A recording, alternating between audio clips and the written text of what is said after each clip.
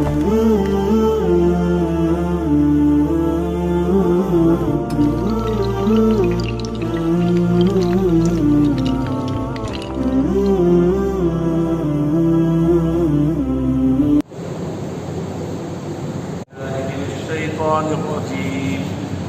الله الرحمن الرحيم ألم تر كيف فعل ربك بأصحاب الفيل ألم يجعل كيدهم في تضليل وأرسل عليهم طيرا أبابيل ترميهم بحجارة من سجيل فجعلهم كعصف مأكول بسم الله الرحمن الرحيم لإيلاف قريش إيلافهم رحلة الشتاء والصيف فليعبدوا رب هذا البيت الذي أطعمهم من جوع وآمنهم من خوف صدق الله العظيم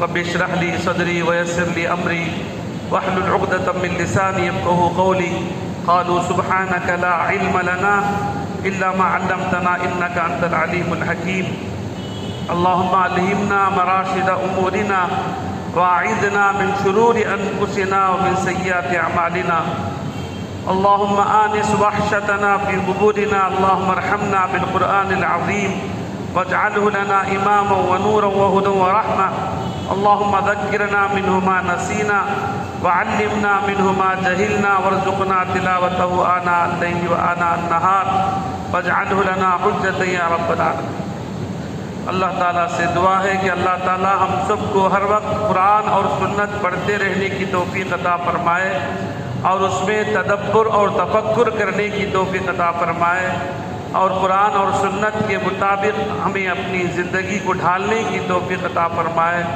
قرآن و سنت کے پیغام کو دعوت و تبلیغ کی برکت سے اور بھی تفاسیر اور تقریر کی برکت سے ساری دنیا کے چھپے چھپے میں پہنچانے کے لیے اللہ ہمیں اور ہماری نسلوں کو قبول فرمائے۔ یہ سورہ فیل یہ مکی صورت ہے۔ مکی صورت کا مطلب یہ ہے اللہ کے نبی صلی اللہ علیہ وسلم مکے سے مدینے ہجرت کرنے سے پہلے یہ صورت نازل ہوئی۔ مدنی کا مطلب یہ ہے کہ اللہ کے نبی صلی اللہ علیہ وسلم مکے سے مدینے ہجرت کرنے کے بعد جو صورت نازل ہوئی اسے مدنی کہتے ہیں۔ عام طور پر آخری کی 10 صورتیں ہم نماز میں پڑھتے ہیں، سب کو یہ صورت یاد ہیں، اس لیے اس کی تفسیر ہمارے ذہنوں میں اگر ہو تو بصیرت کے ساتھ شرح صدر کے ساتھ اس صورت کے کیا کیا تفسیر ہے، اس میں اللہ تعالیٰ ہمیں کیا بتلانا چاہتے ہیں وہ سب ہمیں معلوم ہوگا تو بہت بڑا فائدہ ہوگا۔ یہ سورہ فیل کا معنی ہے ہاتھی۔ اللہ کے نبی صلی اللہ علیہ وسلم کے ولادت سے پہلے بلکہ ولادت جس سال میں ہو اسی وقت ایک بہت بڑا ایک واقعہ ہوا تھا۔ ایک بہت بڑا بادشاہ کعبۃ اللہ کو نعوذ باللہ ڈھانے کے لیے آیا تھا، تو اللہ تعالیٰ چھوٹی چھوٹی پرندوں کے ذریعے سے اس کا خاتمہ کیا۔ اس کا کیا تفصیلی واقعہ ہے اللہ تعالیٰ اس صورت میں بیان کیے ہیں۔ سب سے پہلے ترجمہ دیکھ لیجئے، اس کے بعد اس کا کیا تفصیل ہے، شان نزول ہے، وہ بھی انشاءاللہ آپ کے سامنے آئے گی۔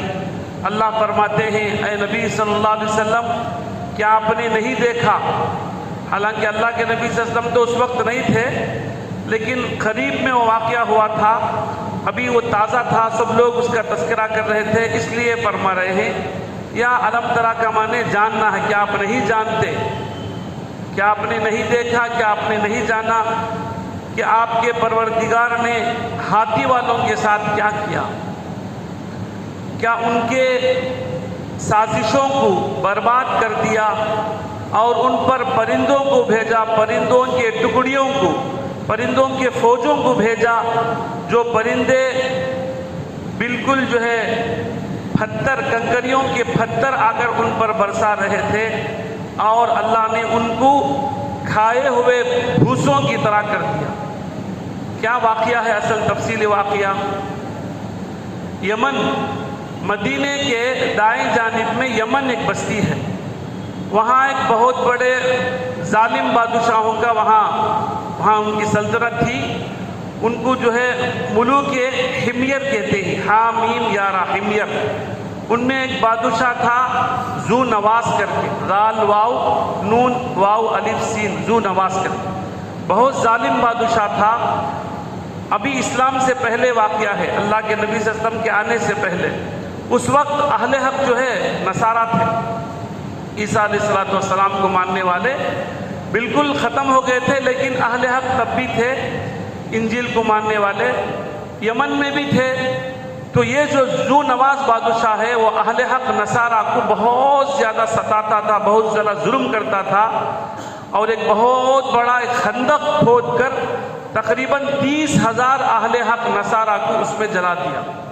اسی کا تذکرہ سورہ بروج میں اللہ تعالیٰ کیے ہیں، وَالسَّمَاءِ ذَاتِ الْبُرُوجِ وَالْيَوْمِ الْمَوْعُودِ وَشَاهِدٍ وَمَشْهُودٍ قُتِلَ أَصْحَابُ الْأُخْدُودِ۔ یہ اخدود کے معنی کھائی والے، یعنی گڑھوں میں ڈال کر جو وہ بادشاہ جو مارا تھا انہی کا تذکرہ ہے۔ تو اس صورت میں اس صورت میں تھوڑا ربط ہے۔ تو الغرض وہ جو ذو نواس بادشاہ ہے تقریباً 30,000 اہل حق نصارہ کو اس میں ڈال کر آگ میں ڈال کر جو ہے ختم کر دیا۔ اس وقت بھی تفصیل ہے، ایک چھوٹا بچہ ایک والدہ کے ساتھ تھا، والدہ جو ہے چھوٹے بچے کو دیکھ کر جو ہے جھجک رہی تھی، وہ چھوٹا بچہ بات کیا، اس صورت میں تفصیل کے ساتھ ہے وہ۔ اس میں جو ہے 2 آدمی نکل کر بھاگ گئے اہل حق میں سے۔ اس زمانے میں قیصر روم کا بادشاہ، ہر ایک کو قیصر کہتے ہیں، وہاں آ کر تذکرہ کیے، وہ بھی جو ہے عیسائی تھا، اہل حق تھا، کہ آپ ہمارے اہل حق کو جو ہے وہ ذو نواس یمن کے بادشاہ اس طرح ظلم کر رہے ہیں کر کے شکایت کیے۔ تو اس نے کہا کہ میں تو بہت دور ہوں، لیکن یمن سے قریب حبشہ ہے، میں حبشہ کے بادشاہ کو بولتا ہوں، وہ بدلہ لیں گے کر کے حبشہ کو خط لکھا۔ حبشہ کا بادشاہ اس وقت وہ بھی عیسائی تھا، اہل حق تھا، وہ اپنے 2 کمانڈر کو بھیجا یمن میں۔ ایک کمانڈر کا نام ہے اربات، الف را با الف تا اربات، اور ایک کمانڈر کا نام ہے ابرہہ، وہی ابرہہ اس کا، دونوں کو بھیجا، تم جا کے اہل حق کا بدلہ لو کر۔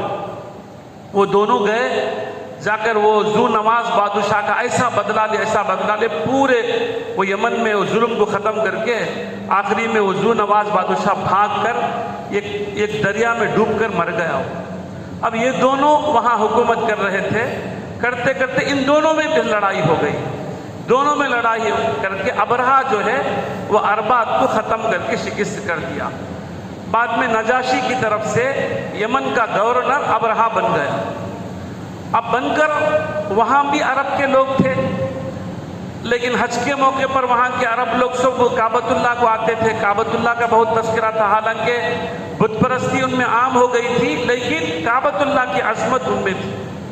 اگرچہ کہ طواف کرنے میں بھی ننگے طواف کرتے تھے، جو بھی تھے، لیکن ملت ابراہیمی میں کچھ نہ کچھ تھے وہ۔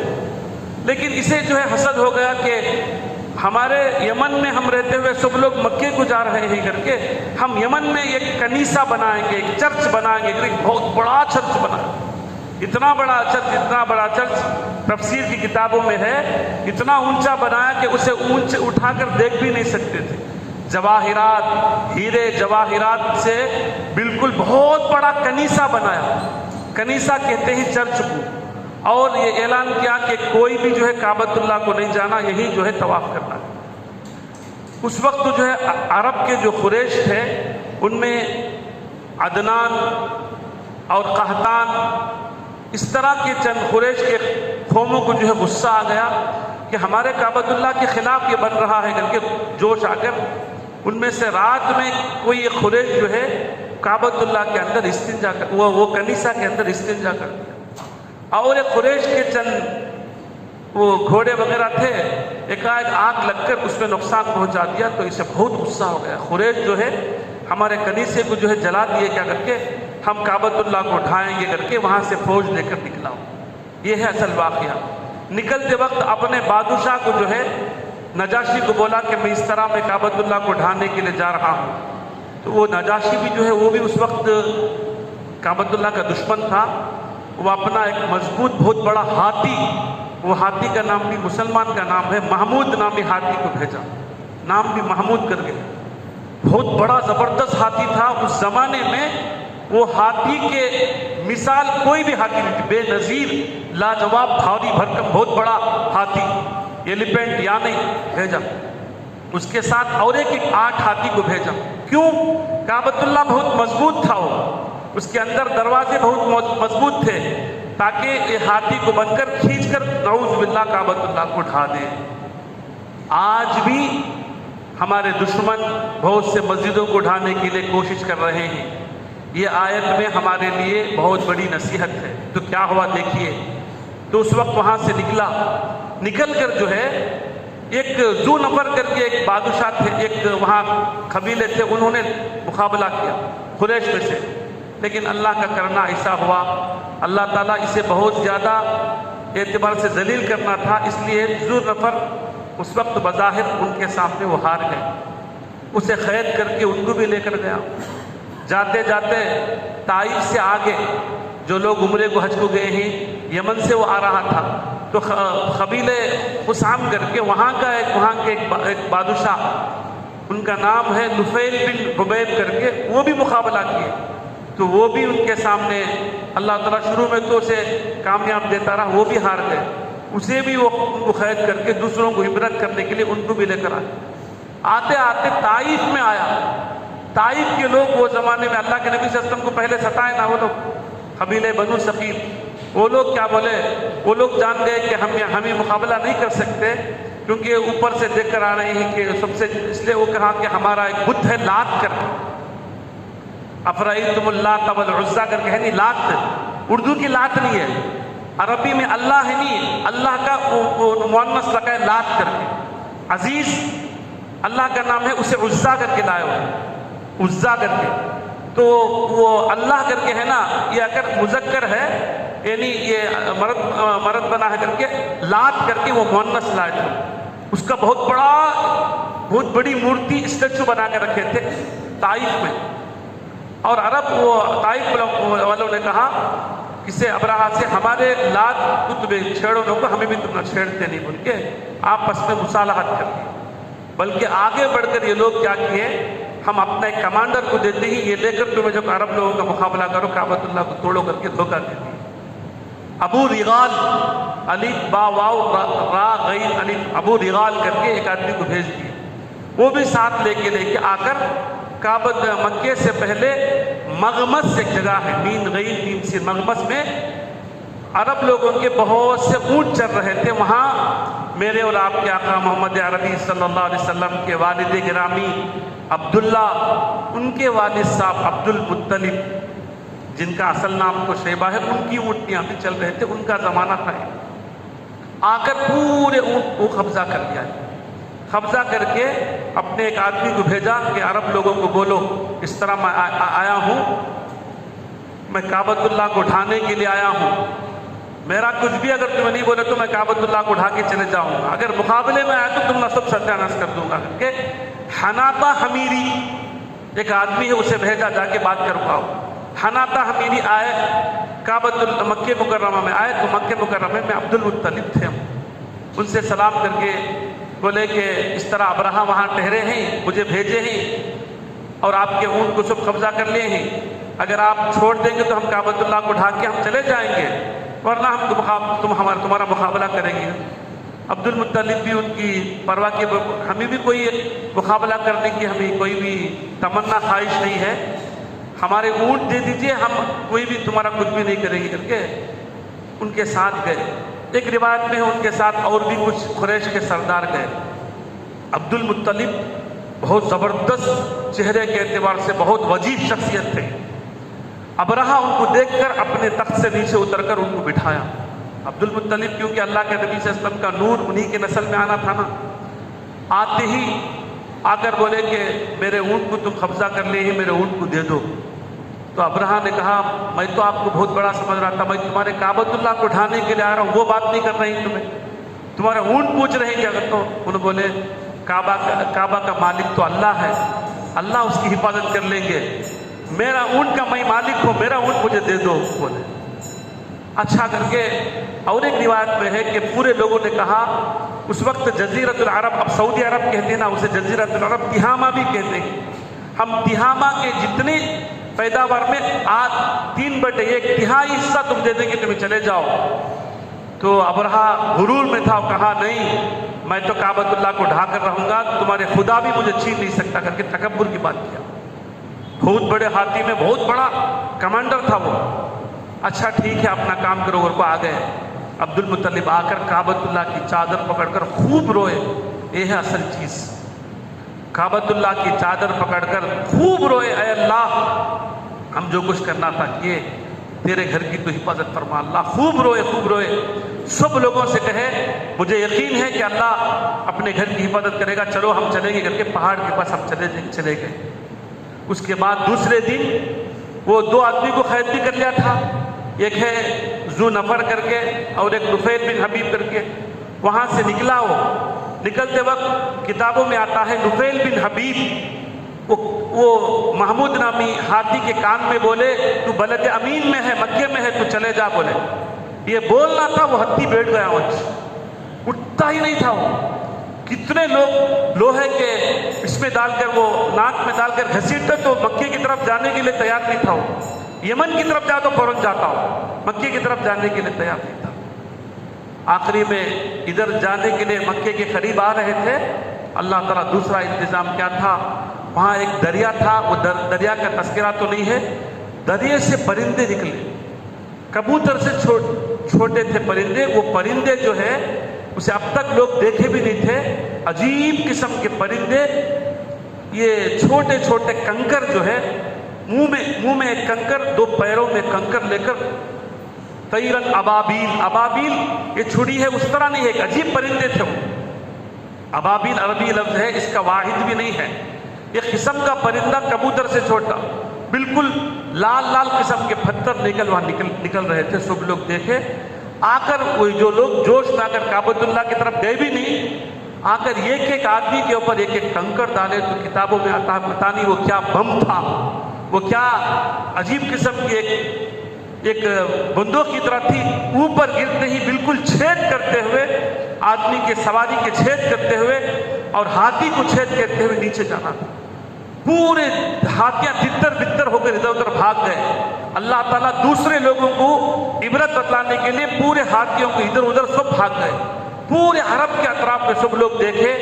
کعبۃ اللہ پورا مشہور ہو گیا تھا، کعبۃ اللہ کو توڑنے کے لیے آ رہے ہیں، توڑنے کے لیے آ رہے ہیں. لیکن اللہ کا عذاب دے کر پورے لوگ عذاب آ کر، یہ محمود نامی ہاتھی جو ہے وہ بھی جو ہے یہ ہو کر، اور اللہ تعالیٰ یہ ابرہا کو جو ہے فوراً نہیں مارا، بلکہ اس کا پورا بدن سڑ گیا، گل گیا. اسی گلنے کی حالت میں وہ یمن کے صنعا، آج بھی ہے بستی صنعا میں، وہاں کی کیپٹل ہے، وہاں جا کر گل سڑ کے وہ مر گیا.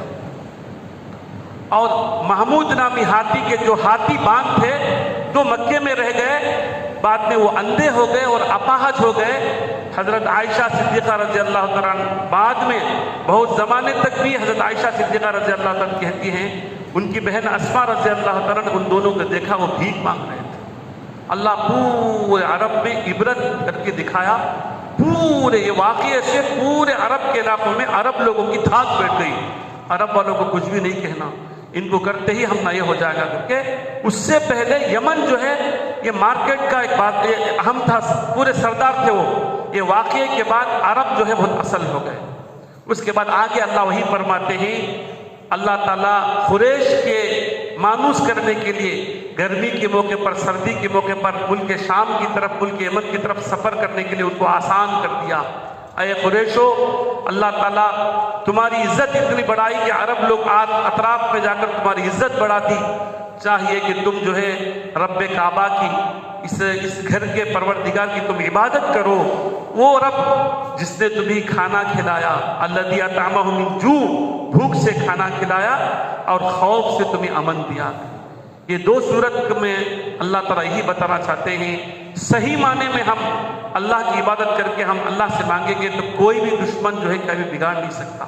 بعد میں اللہ تعالیٰ اتنا عزت دیا ان کو، عزت دینے کی برکت سے اللہ فرماتے ہیں تم اس گھر کے پروردگار کی عبادت کرو جو اللہ نے تمہیں بھوک سے تمہیں کھانا کھلایا اور خوف سے امن دیا۔ اس سورت کے بارے میں تفسیر مظہری کی مصنف حضرت ثناء اللہ پانی پتی رحمۃ اللہ علیہ کہتے ہیں کوئی بھی مصیبت ہو، کوئی بھی غم ہو، ایک ڈر ہو، کسی بھی قسم کا ڈر ہو سکتا ہے، کسی کا نعوذ باللہ اللہ نہ کرے آپریشن ہو رہا ہے، یا کسی کے گھر میں خوشخبری ڈیلیوری ہو رہی ہے، اس وقت پریشان ہوتی، یا کوئی یہ ہے الیکشن کے موقع پر ہمارا ایک اچھا آدمی آ سکتا نہیں، کوئی بھی غم کے موقع پر، تکلیف کے موقع پر یہ صورت لیلا کے قریشن اگر پڑھیں گے تو اللہ تعالیٰ وہ غم اور وہ تکلیف کو دور کر دیں گے۔ حضرت ثناء اللہ پانی پتی رحمۃ اللہ علیہ کہتی مجھے میرے شیخ مرزا مظہری جانا بہت بڑے اللہ والے ہیں، انہی کے نام سے تفسیر مظہری ہے وہ کہتے ہیں کہ لیلا کی قریشی لیلا کی رحلۃ الشتاء والصیف فلیعبدوا رب ھذا البیت الذی اطعمهم من جوع وآمنهم من خوف۔ یہ اگر تکلیف کے موقع پر، غم کے موقع پر یہ پڑھیں گے، اتنے بھی ایک مرتبہ دو مرتبہ، انشاءاللہ اس کی برکت سے ہر ایک تکلیف مجھے تجربہ ہے کر کے حضرت فرماتے ہیں۔ اللہ تعالیٰ اس صورتوں کی برکت سے اللہ سارے مسجدوں کی حفاظت فرمائے، سارے مکاتب کی، خانقاہوں کی، مراکز کی حفاظت فرمائے، اللہ ہمارے جو بھی غم پریشانی ہے اللہ اس کو دور فرمائے۔ میں کل آپ کے سامنے بتایا تھا، اس وقت ہمارے اللہ والے 3 باتیں بتاتے ہیں پورے ہندوستان کے اعتبار سے۔ سب سے پہلی چیز استقامت فی الدین، جتنا ہو سکے ہمیں پابند بننا ہے، جتنا ہو سکے ہمیں عبادت میں، معاشرت میں، معاملات میں، اخلاقیات میں، یہ پہلی چیز۔ دوسری چیز، آج کل مووی کے ذریعے سے، قسم کی موویز کے ذریعے سے اسلام کی صورت کو بگاڑنے کی دشمن کوشش کر رہے ہیں، ہمیں اچھے اخلاق پیش کرنا، جتنا ہو سکے غیر کوئی دعا پڑھنے کے لاتے ان کے ساتھ اچھائی کا معاملہ کر کے ہمیں دعا پڑھنا ہے، غیروں کے ساتھ، ہمارے ساتھ جو کام کرنے والے ہیں ان کے ساتھ اچھائی کا معاملہ کرنا ہے۔ آج یہ وقت کا سب سے بڑا اہم ایک خدمت ہے یہ۔ تیسری چیز، کبھی بھی ہمیں ڈرنا نہیں ہے، ہمت کے ساتھ رہنا ہے۔ دھیریم دان والکئی بھیم دان مرنم، الہمت ہی الحیا الخوف هو الموت۔ کبھی بھی ڈرنا نہیں ہے، ہاں قانون کے مطابق ہمیں چلیں گے، لیکن بزدلی، ڈر کبھی بھی ہمارے دل کے اندر نہیں آنا ہے۔ مسلمان کبھی بھی ڈرتا نہیں ہے۔ اللہ کے نبی صلی اللہ علیہ وسلم دعا مانگے ہیں، اللہم انی اعوذ بک من الہم والحزن واعوذ بک من العجز والکسل واعوذ بک من الجبن والبخل۔ اے اللہ میں بزدلی سے پناہ مانگتا ہوں، واعوذ بک من غلبۃ الدین وقہر الرجال۔ اللہ سے دعا ہے کہ اللہ تعالیٰ ہمیں استقامت کی دین عطا فرمائے، غیروں کے ساتھ بھی اچھا دین ہمیں اخلاق سے پیش آنے کی توفیق عطا فرمائے، اللہ ہمیں ہمت عطا فرمائے، سارے عالم میں خصوصاً ہندوستان میں اللہ چین، سکون، عافیت نصیب فرمائے۔ آج تیسرے تاخرات ہے، اللہ تاخرات میں اللہ ہمیں لیلۃ القدر ہمیں نصیب فرمائے، شقی محروم ہونے سے اللہ ہماری پوری حفاظت فرمائے۔ وآخر دعوانا الحمدللہ رب العالمین۔ سبحان ربی العلی الاعلی الوہاب، اللہم انا نسألک باسمک الاعلی الجل الاکبر، لا الہ الا انت سبحانک انی کنت من الظالمین۔ اے اللہ ہم سب کو ایمان کامل، اسلام کامل، احسان کامل عطا فرما۔ اے اللہ رمضان المبارک کا تو مبارک برکت والا مہینہ تو عطا کیا۔ اے اللہ یہ عظمت والا مہینہ ہے، اس کی عظمت، اس کی برکت ہم سب کو نصیب فرما۔ اے اللہ ہماری تراویح کو قبول فرما، ہمارے روزوں کو قبول فرما، ہماری تلاوت قرآن کو قبول فرما۔ اے اللہ قرآن سے ہمیں جوڑ دے، اے اللہ قرآن کریم سے ہمیں جوڑ دے، ہر وقت قرآن کو پڑھنے والا ہمیں بنا، دن رات قرآن کی تلاوت کرنے کی ہمیں توفیق عطا فرما، اس کے اندر غور و فکر کرنے یا علماء حق کے سامنے علماء حق کے بیانات سن کر اس کو سمجھنے، اس پر عمل کرنے، دوسروں تک پہنچانے کے لیے ہمیں قبول فرما۔ اے اللہ ہم میں جتنے لوگ بیٹھے ہیں ان کے سارے مسائل کو حل فرما، ہمارے خاندان میں، ہمارے اے اللہ جو بھی ہمارے رشتہ داروں میں، سارے عالم میں جو بھی بیمار ہیں ان کو شفا کلی عطا فرما، جو بھی مقروض ہیں ان کی قرض کی ادائیگی کی شکل صورت پیدا فرما، جو بھی جس حال میں پریشان ہیں سارے پریشانیوں کو تو اللہ ختم فرما۔ اے اللہ ہمیں ہر وقت اتباع سنت پر چلنے کی توفیق عطا فرما، ہر گناہوں سے بچا مولا، خصوصاً بد نظری سے، بدگوئی سے، بدگمانی سے بچا مولا۔ اے اللہ ہر وقت تیرے سے مانگنے کی توفیق عطا فرما، گڑ گڑانے کی توفیق عطا فرما، ہر وقت تیری تعریف کرتے رہنے، تیرے سے مانگنے کی توفیق عطا فرما۔ اے اللہ دعا لیتے رہنے، دعا کرتے رہنے، دعائیں دیتے رہنے کی توفیق عطا فرما۔ اے مولا ہمیں اللہ اخلاص عطا فرما، ہمیں تقوی عطا فرما۔ اے اللہ بڑوں کی اے اللہ عمروں میں برکت نصیب فرما، ہمیں بڑوں کا ادب کرنے کی توفیق عطا فرما، چھوٹوں پر شفقت کرنے کی توفیق عطا فرما۔ اے اللہ ہمارے والدین جو چل بسے ہیں اے اللہ ان کو کروٹ کروٹ جنت نصیب فرما، جو باقی ہیں ان کی عمروں میں برکت نصیب فرما، جو مانگا ہے وہ بھی عطا فرما، جو مانگنے سے رہ گیا وہ بھی عطا فرما۔ تاخرات کی ہمیں خوب قدر کرنے کی توفیق عطا فرما، ہمیں شقی محروم ہونے سے پوری حفاظت فرما۔ اس دعا کو پیارے حبیب صلی اللہ علیہ وسلم کی صدقے طفیل سے قبول فرما. صلی اللہ تعالیٰ علی خیر خلقہ محمد و آلہ و اصحابہ اجمعین برحمتک یا ارحم الراحمین والحمد للہ رب العالمین. سبحان اللہ وبحمدہ سبحانک اللہم وبحمدک ونشہد ان لا الہ الا انت